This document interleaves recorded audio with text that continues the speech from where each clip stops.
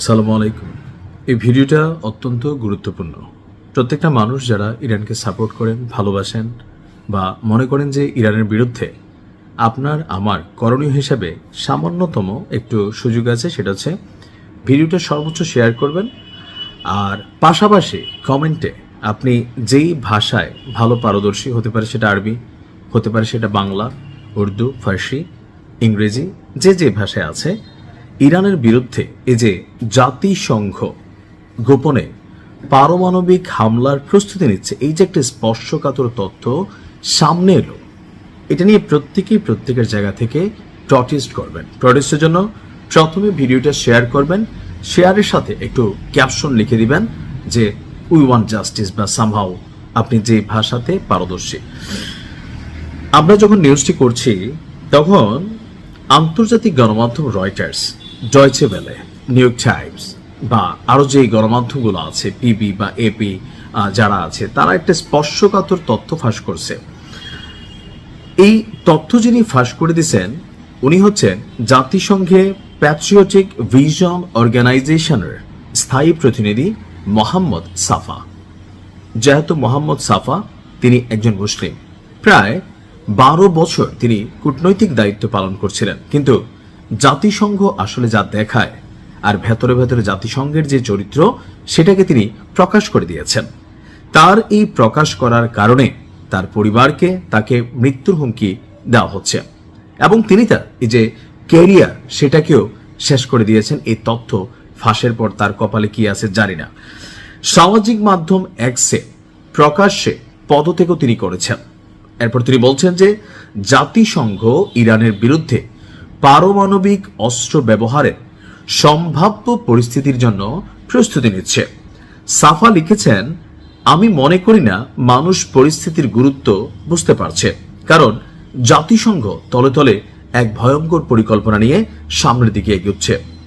তেহরানে, অর্থাৎ ইরানের রাজধানী তেহরানে এই পারমাণবিক হামলার ছক কষা হচ্ছে, যেখানে প্রায় 1 কোটি মানুষ বসবাস করে। তিনি বলছেন যে আমি এই তথ্য ফাঁস করতে গিয়ে আমার কূটনৈতিক ক্যারিয়ার বিসর্জন দিয়েছি। নিউক্লিয়ার উইন্টার ঘটার আগে, অর্থাৎ এই পারমাণবিক কি বলা হয় যে ঘটনাটা ঘটার আগেই তা ঠেকাতে আমি আমার দায়িত্ব স্থগিত করেছি, যাতে এই মানবতা বিরোধী অপরাধের অংশ হিসাবে আমাকে আজীবন এর দায়ভার বহন করতে না হয়। অর্থাৎ যেহেতু তিনি খুব ঊর্ধ্বতন একজন কর্মকর্তা, তিনি এই তথ্যগুলো জানেন। চাকরি রক্ষায় বা টাকার জন্য, তার ক্যারিয়ারের জন্য তিনি এতগুলো মানুষের জীবন নিয়ে খেলতে চাচ্ছেন না। তিনি বলছেন যে জাতিসংঘের শীর্ষ কর্মকর্তারা একটি শক্তিশালী লবির স্বার্থ রক্ষায় ভিন্নমত দমন করছে। শীর্ষ কর্মকর্তারা গাজায় যা ঘটেছে তাকে গণহত্যা, লেবাননে যা ঘটেছে তাকে যুদ্ধাপরাধ এবং জাতিগত নির্মূলকরণ এবং ইরানের বিরুদ্ধে যুদ্ধকে আন্তর্জাতিক আইনের লঙ্ঘন বলতে অস্বীকার বোধ করছেন। তিনি বলছেন যে 2023 সালের অক্টোবরের পর ভিন্নমত প্রকাশের চেষ্টায় তিনি নিজের এবং পরিবারের জন্য অনেক সাফার হয়েছেন। ইরানের পারমাণবিক হুমকির যেই প্রস্তুতি তৈরি করা হচ্ছে, এই সম্পর্কে মুহূর্তের মধ্যেই সবকিছু এলোমেলো হয়ে যাবে। আর এই বিষয়টাকে অত্যন্ত গোপনীয়ভাবে, কঠোরভাবে নিয়ন্ত্রণ করা হচ্ছে। তবে সবচেয়ে বড় কথা হচ্ছে, এমন সিদ্ধান্ত পৃথিবীকে তৃতীয় বিশ্বযুদ্ধের দিকে নিয়ে যাবে, তাতে কোনো ভুল নাই। আর এই ঘটনা এটার জের ইরানকে হয়তোবা আগামী 100 বছর টানতে হবে।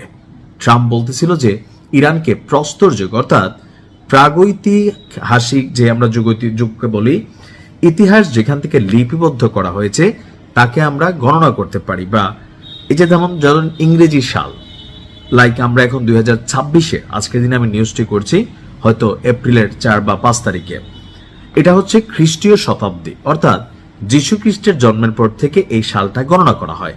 তো এর আগে কি ছিল না? পৃথিবী লক্ষ লক্ষ বছর যাবৎ চলছে। তো যেই যুগের ইতিহাস খুব বেশি লিখিত হয়নি খাতা কলমে, তাকে বলা হয় প্রাগৈতিহাসিক, অর্থাৎ ইতিহাস লিখার আগে।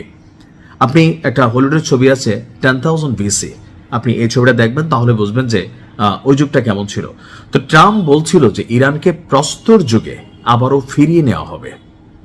আল্লাহ ইরানকে হেফাজত করুক। ভালো থাকুন। আসসালামু আলাইকুম।